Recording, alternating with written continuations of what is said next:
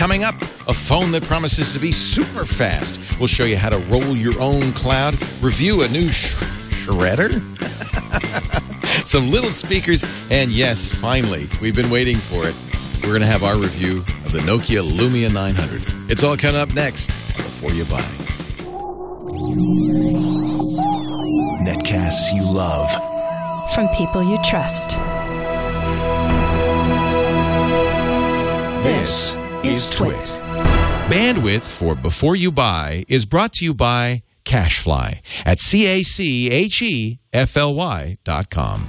Before You Buy is brought to you by Stamps.com. Use Stamps.com to buy and print real U.S. postage using your own computer and printer whenever you need it. You'll never have to go to the post office again. For my special $110 bonus offer, go to Stamps.com today and use the offer code Before You Buy. And by Ford, featuring voice-activated Sync AppLink. Now you can control select smartphone apps with your voice, helping keep your hands on the wheel and your eyes on the road. Learn more about the technologies Ford is bringing to its vehicles at Ford.com/technology.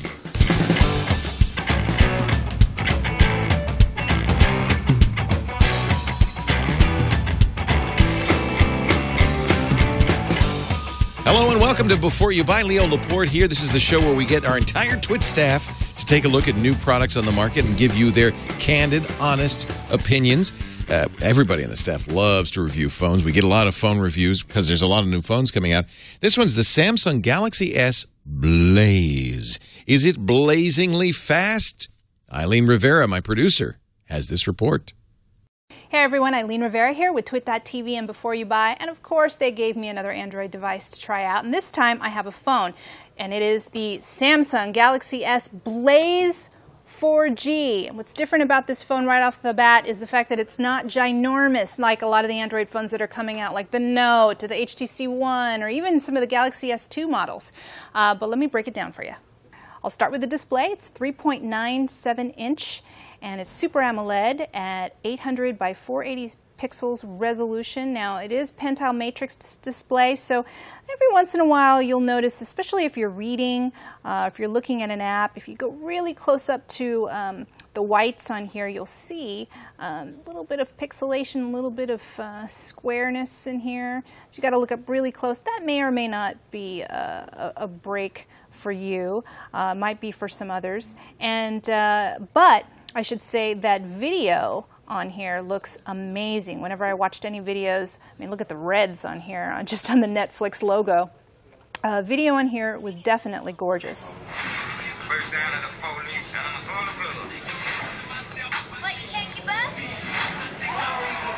Okay, now this phone has a 1.5 gigahertz dual-core Snapdragon 3 processor. Everything moves pretty speedy on here when I launch apps, if you switch from app to app, and when I launch the browser. I'm pretty impressed, quite honestly, and you can see I'm on 4G here. Pretty good.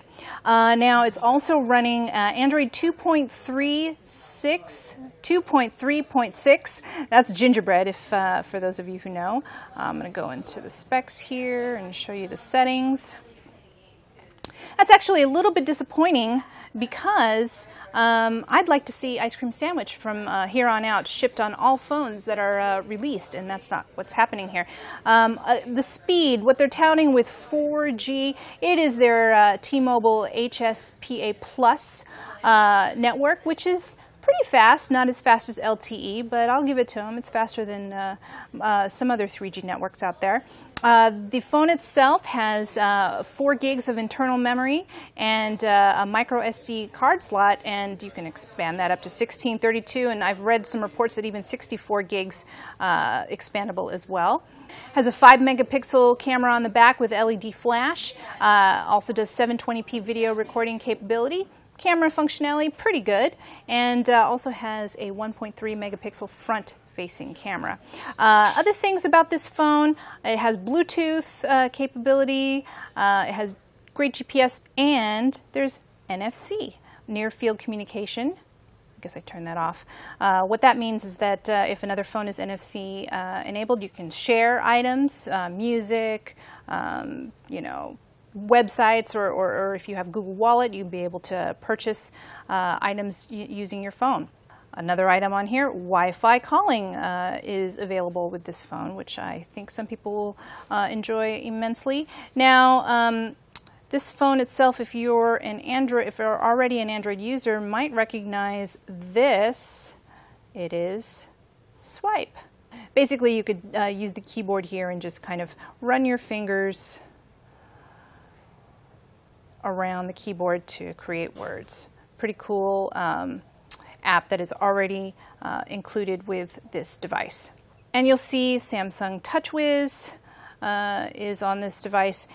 And you'll also notice when you open the device, this is the only folder that I have downloaded since I have been using this phone. Everything else comes with the phone. All of these widgets, all of these other apps. Now, there's a few here that I might already want to download, like Netflix, but yeah, all of this is bloatware, tons of it. Can't get away. Oh, actually, you could just delete them, but they still exist on your device unless you root. The phone itself is $120 with a 2-year contract, at least right now as we're recording this. I've seen it kind of go up and down in price lately, but it's a pretty decent price for this mid-range Android phone. Now to the pros and cons. Let's start with the pros. The size, I think, is actually pretty decent, especially for those of you out there like me who are looking for a more average size phone, not a ginormous one. The speed is definitely faster than many other phones out in the market, especially many other phones in the T-Mobile network. And the battery life was pretty darn good, I have to say. I'm very, very impressed. The cons, the display, that Pentile display. Man, if you're trying to read a book on this, not so great. Gingerbread as the OS that it ships with, not ice cream sandwich. I knock all phones down that don't have the latest operating system shipped on the device. And finally, bloatware. Now, you know what you're getting yourself into when you get a 2-year contract, but my God, T-Mobile really loaded all of the apps that they prefer and all of the widgets they preferred on this to kind of bog down the phone. So because of all that, I say try. I'm Eileen Rivera with TWiT.tv and Before You Buy, and this was the Samsung Galaxy S Blaze 4G. Well, there you have it. The Galaxy Blaze. Coming up in just a little bit, Ayaz Akhtar will join us and show you how to roll your own cloud with the TonidoPlug. But before we do, I'd like to talk a little bit about our favorite sponsor on this show, Stamps.com. Thanks to Stamps.com, you don't have to go to the post office anymore. Now, this is a gadget worthy of buying, an absolute buy on Stamps.com. In fact, I've got such a great offer, you can't say no to this. A special no-risk trial offer that includes a USB scale. It includes $55 of free postage and a month worth of Stamps.com, and all you pay is the shipping and handling for the scale. I mean, this is a great deal. You come out way ahead. All you have to do is go to Stamps.com. Don't see on the front says $80? No, I'm going to give you the $110 bonus offer. Yeah, that's the one, baby. You got to click that radio microphone and enter Before You Buy. Forget the fact that they say it's radio listeners. They don't know about podcasts yet. No, I'm just teasing. I don't know why it says radio. It should say podcast, shouldn't it? But it doesn't. Before You Buy is the offer code. Now, here's the deal with Stamps.com. It brings the post office to you. So you got the scale. You can use a Mac or a PC. You plug it in. It's USB. And you go to Stamps.com or you run the Stamps.com software on Windows. And it does the weighing for you. It prints the postage with your own printer. You don't even need a postage meter or any special ink or anything. Just your computer and your printer. Any printer will work. You get discounts that you can't get at the post office. The post office loves Stamps.com. Up to 21% off on priority or on express mail, up to 15% off on priority mail. I mean, stuff like that. Plus, you don't even have to get up to mail the package. The mail carrier will actually come to your desk. He or she will walk right over and say, "Where's the package? Here's the package. It's all done. Stamps.com did it. Looks beautiful. Thank you very much." If you're sending in internationally, Stamps.com not only prints the right international postage, puts the international postage thingamajiggy on it, but also fills out the forms for you automatically. For an Amazon seller, an eBay seller, this is a boon. This is great. For anybody who doesn't want to go to the post office, find parking, wait in line, go through that horrible process, Stamps.com is a boon. So again, this is a no-risk trial worth $110. I am giving you $110 like this here. And all you have to do is take it. All you have to do is go to Stamps.com, click the radio microphone right up there on the right-hand side, type in Before You Buy, and you're done. $110 bonus offer, $55 free postage. It's all yours from Stamps.com. In all seriousness, I've been using it for years. Try this thing. You're going to love it. All right, now we got to continue on with Before You Buy. Ayaz Akhtar, you know Ayaz, of course, as one of the hosts of TNT, our daily news show, 3 p.m. Pacific, 6 p.m. Eastern, every Monday through Friday. He's a great guy. He also hosts Ion and other news. And actually, Ayaz and I are working on a brand new show. We're going to launch in a couple of weeks. And one of the things we're going to do on the brand new show is talk about how to roll your own cloud, how to use devices that give you cloud storage that you control. One of the first devices he wanted to look at was this, the TonidoPlug. Ayaz was a little disappointed. Take a look. I'm Ayaz Akhtar with TWiT, and this is the TonidoPlug 2. Now, what it is basically a personal server. If you want to think of it differently, you could think of it as rolling your own cloud. It's a pretty simple device. There's a port for an Ethernet. There's a port for a USB device. There's a power port. And something kind of nice about this, if you want, you can pop open this little case here, and you can put it in a 2.5-inch drive, a SATA drive only, though. And then you can have all your data that's on this thing on the web. So right away, you can see that this is pretty ugly. Right away. We have, for some reason on the design, we have the power port on one side, we have the Ethernet on the other, and we have the USB there. So I'm not really sure how you're going to put this in your system. It might look like that, so you can kind of put things to the side. I don't know. I think it's just a bizarre design. Also, if you have a wide drive, let's say you have something like an SD card, it might not fit because of the Ethernet jack, because it's really close together. So that's kind of a weird piece of design right there. And it's blinking red, which is not a good thing. It's supposed to blink blue. So let's see if that changes. We'll give that a second. Now, you have to really wait for this thing to turn to blue before you start looking for it on your network, because otherwise you won't find it. It takes about 3 to 4 minutes to boot up entirely. Again, this is a personal server. It's running a very stripped down version of Debian Linux, so it does take a bit to start up. So when you're setting this up, what you're going to do is go to any old web browser, go to a special URL, and you'll be able to find your Tonito device on your network. So you just go ahead and you can connect to that. And I've already set this up with the username and password. And right there you can see all your files, right? You got your files mobile. Now the layout is a bit unfriendly for a lot of people. I've got a USB drive here. Going to see if I can get the data off of it. You see it takes a bit to load up. You can see it working right now, playing the audio. That's great if you're at a browser, but what if you're on the go? All right, so you can access your files from any browser using a special URL that you get for free from Tonito. Plus, they have a bunch of apps for mobile, so they have a Windows Phone version, iOS, Android, and we're going to take a look at it on the iPad. You download the Tonito app for free, and we're going to put in our information right here. twit.tonidoid.com, account TWiT, password, very secure password of not secure 1, right there. See, now I've seen this error lots of times. This failure, server may not be running. Let's try again. The server is running, you liar. All right, so we're trying out the iPad version. The thing is, it's not finding the actual server. Now, this wasn't an isolated incident. I had this problem yesterday as well. Get used to seeing things like failure, failed to upload file, or maybe even this, invalid configuration, server plugins missing or disabled. When you're at this point, you're away from your system, you can't actually configure it, so there's your cloud, your personal cloud. It's worthless. So even though we couldn't get it to work today and had some failures yesterday, when it did work, when the application, the Tonito app, which is free, when it worked on the iPad, music playback was quite good. Video playback, not so great. The weird thing is videos over 2 minutes wouldn't play. I'm not really sure why, but they wouldn't. But again, music playback was really good. For the pros, it's really low wattage. The thing is, you can run this thing every single day, and you're not going to be using up a giant power supply like maybe an old PC.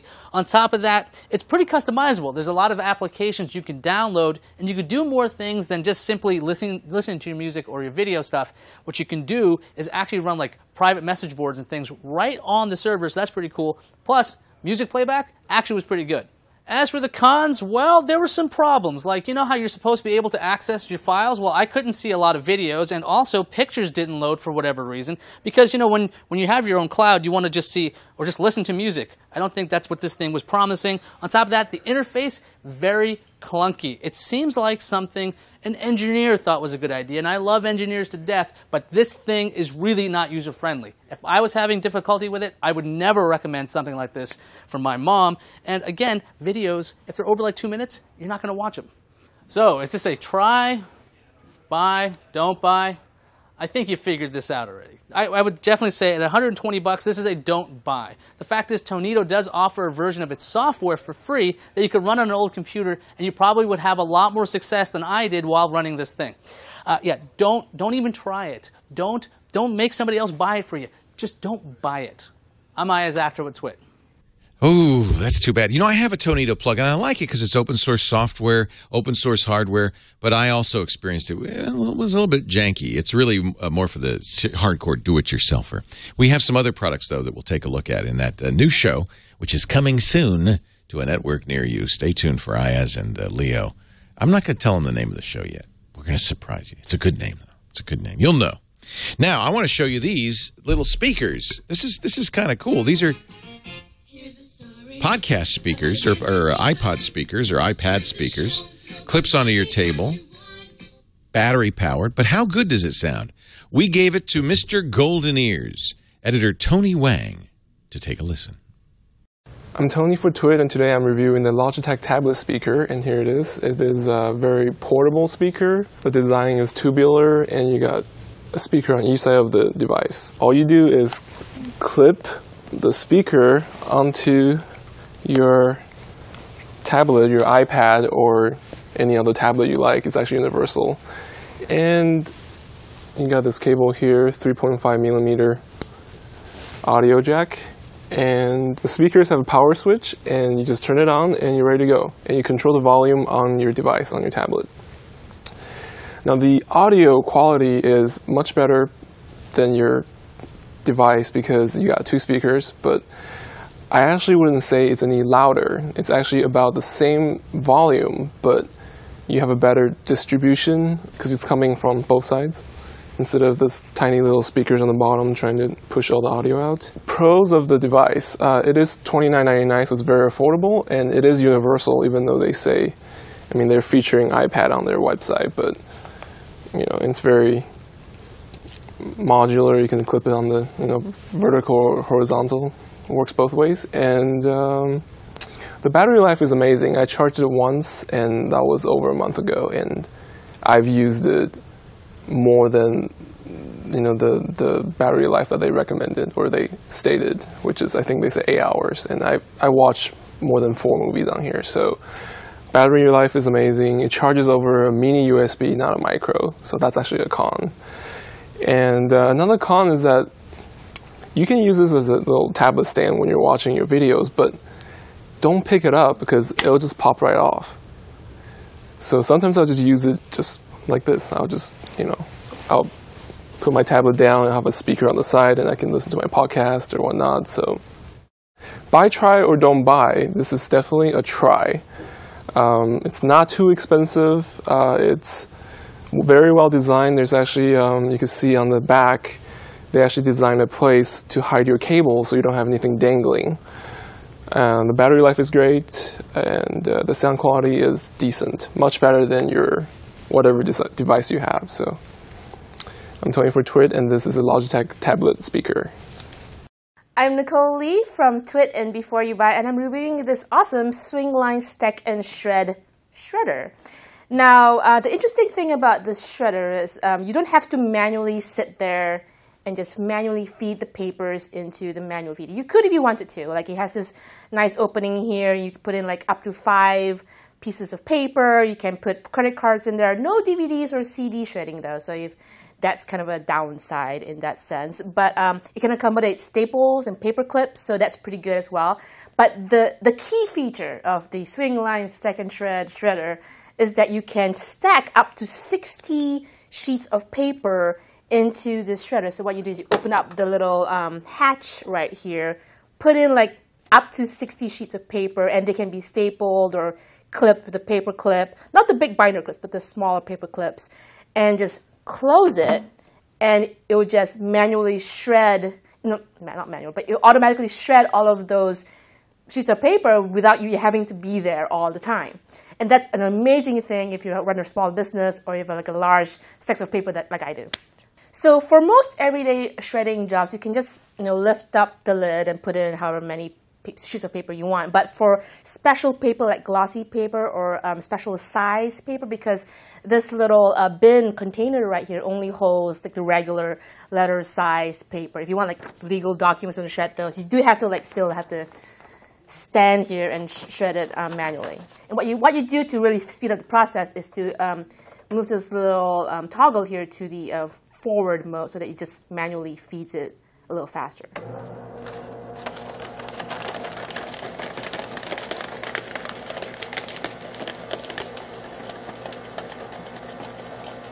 And to demonstrate the properties of the stack and shred, so you can just stack pieces of paper, here I have a stapled piece of paper, and we'll just shred the staple as if it was butter.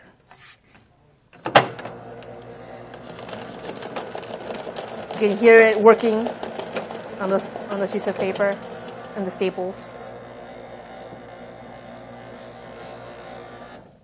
So that means it's done. And another really good thing about the shredder is that it shreds things with a cross-cut shred. So this means it's really hard for identity thieves to put back your confidential pieces of paper just because it's all in all this crisp-cut shape.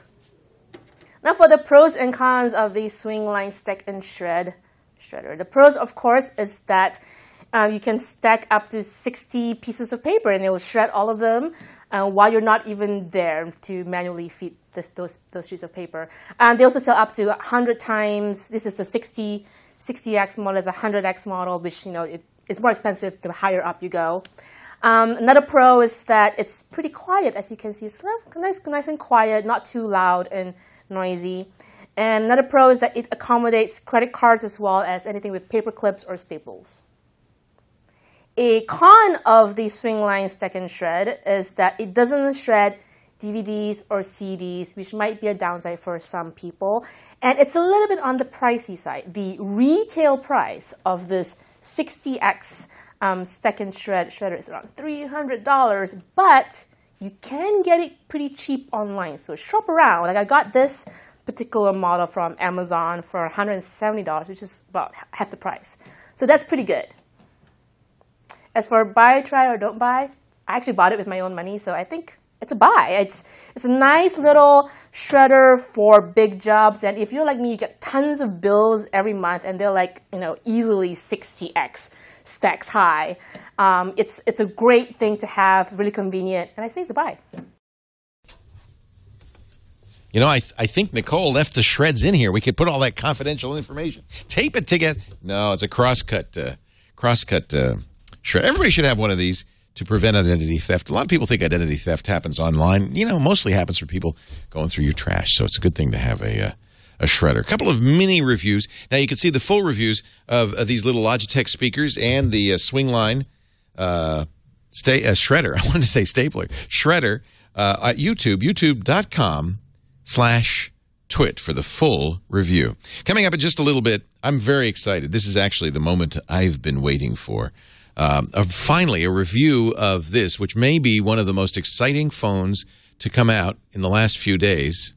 Jeff Stewart looks better upside down, doesn't he? It's the Lumia 900 from Nokia, a Windows phone. And we've got our Windows mobile expert, Alex Gumpel, is going to join us in just a little bit to give us his review of it. Before we do that, though, let's talk about some technology that can use this phone or the iPhone. It's your car. It's your car if you've got Ford Sync with AppLink. Ford is just doing some amazing stuff. We've talked a lot about their 21st century technology they're putting in the car. Of course, the issue with Ford is they want to give you what you want. Consumers want to stay connected. They want to be able to, control their music. They want to be able to listen to apps. They want to be able to listen to podcasts, control cabin temperature. They want to be able to do a lot of stuff. The problem is you can't, you're driving, and it's really important you keep your hands. What am I doing wrong? Here, I'm driving. I'm a teenage driver. Right, no Facebooking while you're driving, teenage driver. Keep your hands on the wheel, your eyes on the road. And so the whole idea with Ford is we know you're going to be a good driver if we can get you to do that, and we can connect you because Ford Sync is all voice activated. That is super cool. So you press the button on the Sync, it goes boom, and you can do things like set cabin temperature, get navigation directions. You can even get horoscopes, sports scores, news with Ford Sync. I've got it in my Mustang. I love it. But now they've added something new, which I think is fantastic. They've got an API for app developers because they realize app developers are going to iterate faster, put neat, new, cool things in your phone. So they want your phone to interface to your Ford. So Ford Sync with AppLink lets them do exactly that. They've even got an application developers network where Ford helps developers write apps that will interface with the car. Already they've got Pandora, which means you can press a button on your wheel and with your talk to your smartphone connected via Bluetooth or USB and say, play my Lady Gaga station or skip that song, thumbs up to that song, thumbs down to that song. They've got OpenBeak will read your tweets, Stitcher and Slacker radio so you can listen to podcasts like this. They even have some new apps. They've got NPR has an app so you can listen to newscasts, NPR shows, all by talking to your car, which is really cool. There's iHeartRadio, and it supports their Thumbplay service, so you can select a station that's saved. You can say, I want to hear KFI, the tech guy's on. And again, you never take your hands off the wheel, your eyes off the road. You're really focused on what you're doing, and yet you are connected to the world.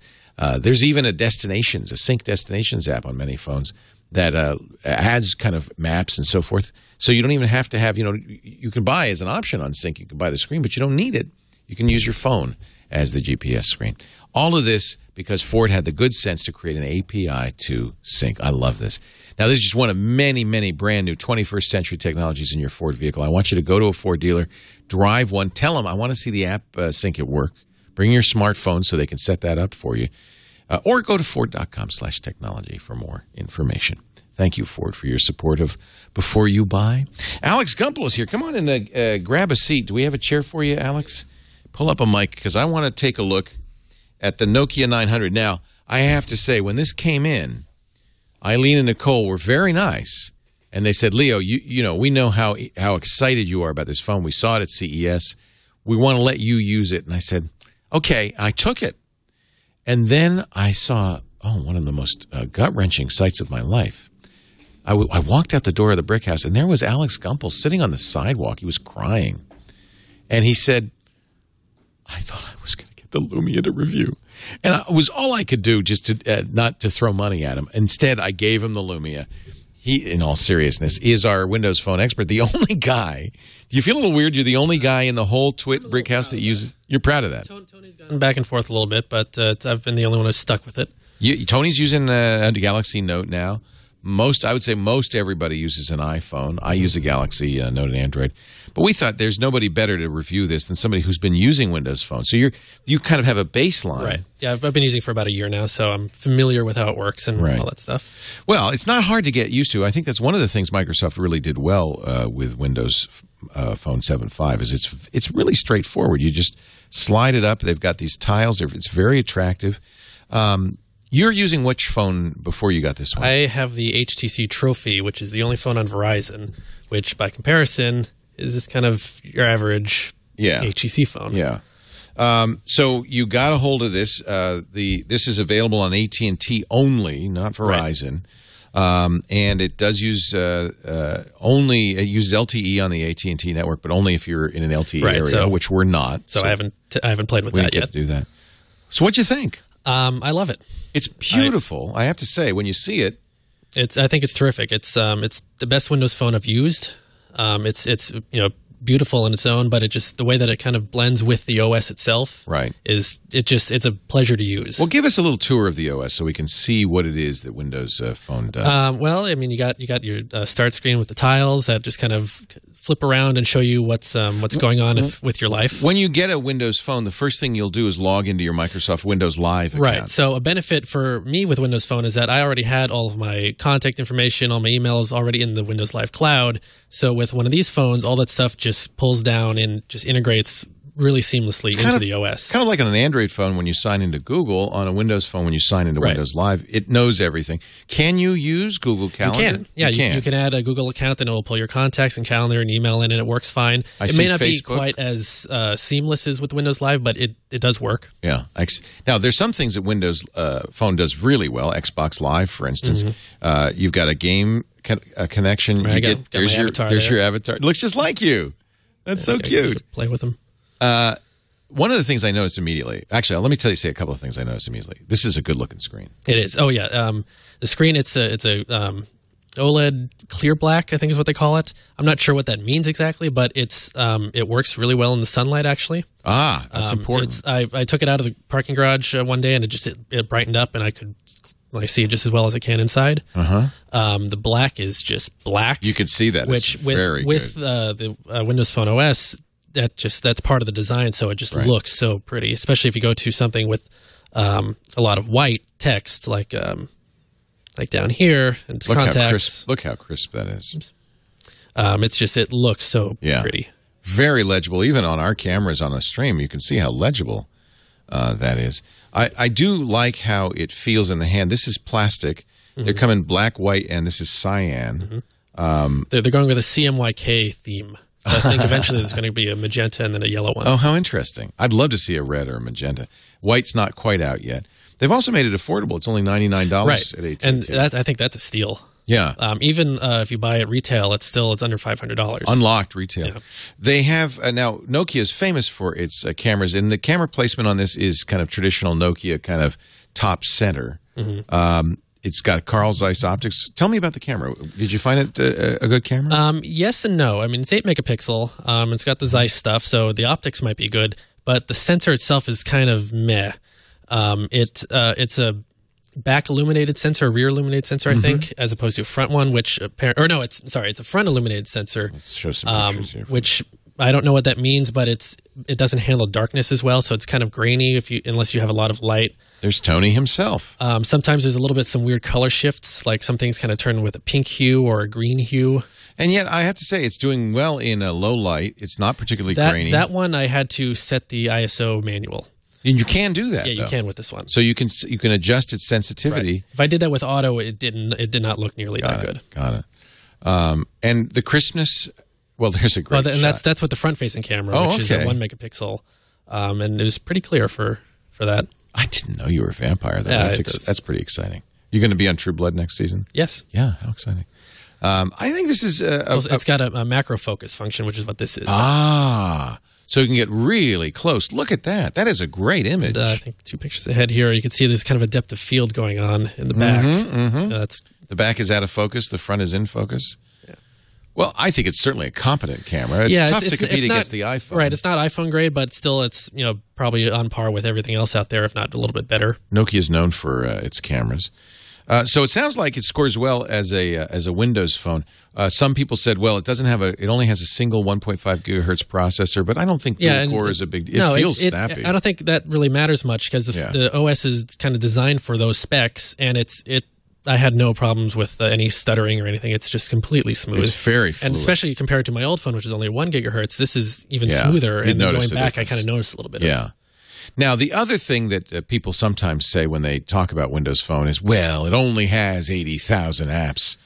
Do you feel like the apps that you wanted were on here? Well, I mean, I'm not coming from an iPhone or Android, so I'm not really missing anything. Some people might be, but there's a lot of kind of alternate third-party apps you can use for certain services. Like Pandora, for instance, has a third-party app. I think Instagram has a third-party viewer. But I have no problems with it. I put up with it just fine. I don't think, truthfully, at this point that you can really use apps as... Oh, this is another thing. If you press and hold the back button, this is the multitasking going on in the background. These are all the tiles we've opened up. Right. And they're running just in the background. I think they're suspended in the background. They're suspended, but they're there, and you can pop right over to it, which I think is pretty cool. Right, and they should pop up instantly if the apps have been made past the Mango update. Right. Now, there have been some negative reviews of this phone. Walt Mossberg was not happy with the functionality. Right. I think a lot of the reviewers were coming from an Android or iOS, and so they're not really looking at it with a different point of view or coming to it fresh. They're kind of comparing it to how those phones work, which is a lot different. So they're They complain about how it doesn't work like an iPhone. To do this thing, you have to go in this and this. Where on my iPhone, I just do this, and why can't I do it that way? Think that Microsoft did the right thing, and in fact, that's what's interesting about this phone. It doesn't look like any other kind of phone. It looks, and that's what Microsoft was trying to do. They were trying to create a new kind of user interface, this Metro user interface. A lot of people are going to get familiar with it when Windows 8 comes out. It's very similar. And I think it's highly functional, and I don't think saying it doesn't work like an iPhone means much. Now, on the other side, Microsoft has been doing an ad campaign saying, we smoked your phone. Can you do stuff faster, do you think, with this than other phones? Certain things, like posting to Facebook and stuff, it's all just integrated. So, that's nice. You take the phone out of your pocket, push the camera button to turn it on, go straight to the camera, take a picture really quickly, and then go to share on Facebook, and then it just uploads right away. That's one nice thing I think about this. It has a dedicated hardware camera button. And all Windows phones have that. And even if it's locked, all Windows phones have that. Even if it's locked, it will. How do I lock it? Turn that. Just press the lock button. You can go from a locked phone, even if it's off, press the camera button. It goes right into the camera mode, and you can start taking a picture. Right. And you saw how fast that was. I think that's a very nice feature. If photography is something you want, maybe it's not the best camera out there, but it's close to it. Boy, it had a great screen, great price. I like the UI. I think it's very easy to use. It feels very snappy. Let's talk about your pros and cons, Alex. So the pros is, it's just a beautiful phone. It is. It's really a gorgeous. Pleasure to hold and use. It's so fluid. It's just beautiful. The cyan, I wasn't quite sure about. It's kind of grown on me a little bit, but I think personally I'd go with the black one. You're a black and white kind of guy. I am. I'm glad you noticed. I like the cyan, actually, because I'm a colorful fella. Yes.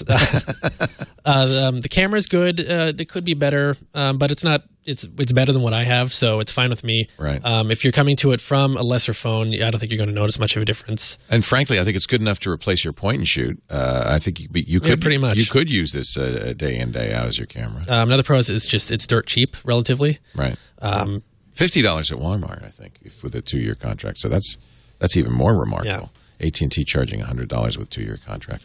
And unlocked even is fairly affordable. And there's a couple little gripes I have with it. The cons. The cons, I guess you could say. Like the buttons on the bottom here turn off. I know, I can't see them. Which is like... Before the screen turns off, those turn off, and then you can't see where the back button is, so you always kind of miss it when you're trying to aim for it. And what are the 3 buttons here? There's back? There's back, home, and search. Search, okay. And then the back of it, the Chrome thing here, it will get scratched. Yeah. It's kind of like the old iPods. I don't know why they make it. It's not good enough to be a mirror. I'm not sure why they make it so shiny. It looks pretty. It's pretty. It does have a flash, I noticed. Is the flash okay? The flash is good, yeah. It's very bright. Good. The vibrator in it sounds a little rattly. I'm not sure how to describe that, but it just kind of sounds a little cheap, like it's kind of like rattling plastic. And there's a lot of vibration because there's haptic feedback throughout it every time you touch a button or just type on the keyboard. How's the keyboard on this? The keyboard's great. The Windows Phone keyboard in general has always been pretty good. Easy to use. On here, it's slightly bigger because it's a bigger screen, so I really prefer it over my smaller phone. So I guess the final question is, you got 3 choices. Buy it, try it, or don't buy it. I'd say buy it.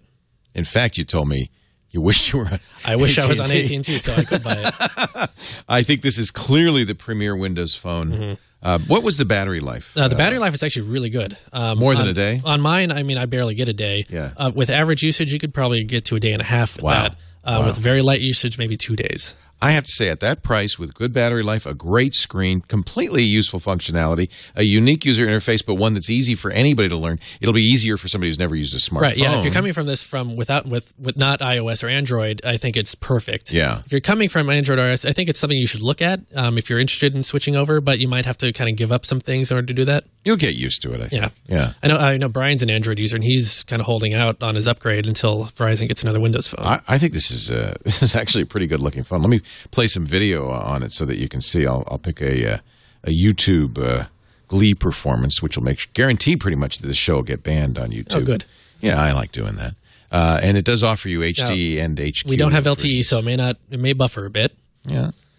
But we are just a little way away from the cell tower. It's just across the street. It looks pretty good. You can watch Netflix on this too. Mm-hmm. So strong buy recommendation. A buy signal from the man in the lab coat here in the TWiT brick house, Alex Gumpel. The best Windows Phone I've ever used. Yeah. Which isn't saying much. You've only used That's true. Only a handful, but...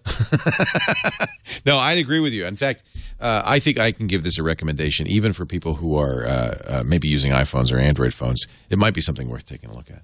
Yeah, thank you, Alex. Mm-hmm. I'm glad you were standing there or sitting there crying on the curb. I'm glad I do that from time to time just to get a response. And I'm glad you decided to stop by before you buy. We always have fun reviewing these products. If you've got some ideas for products you'd like us to review, byb@twit.tv is our email address. Nicole Lee answers the emails and does a great job producing the show. We do kind of a tape of this show every evening around 5. We were a little late today, 5 or 6 p.m. Eastern Pacific time. That's 8 or 9 p.m. Eastern time on twit.tv on Thursdays. So stop by and watch it live. But otherwise, of course, you can subscribe on the Zune Marketplace as well as the iTunes Store and anywhere finer podcasts are provided. Most of all, I want to thank you for joining us and remind you, you got to watch before you buy. Have a great night.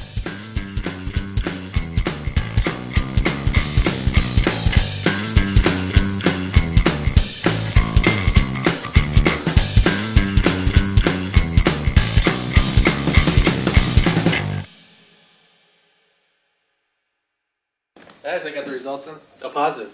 That's okay. You can borrow my shampoo. All right, Jeff. I'll tell your wife you said hi. All right, so this phone is really great, but the important question is, will it shred? So let's find out.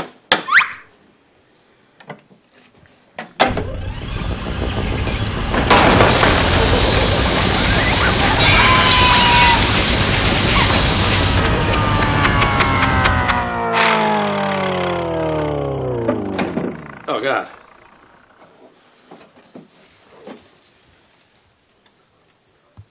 Oh, God. So I think we learned an important, valuable lesson here with shredders and stuff. That's Nicole.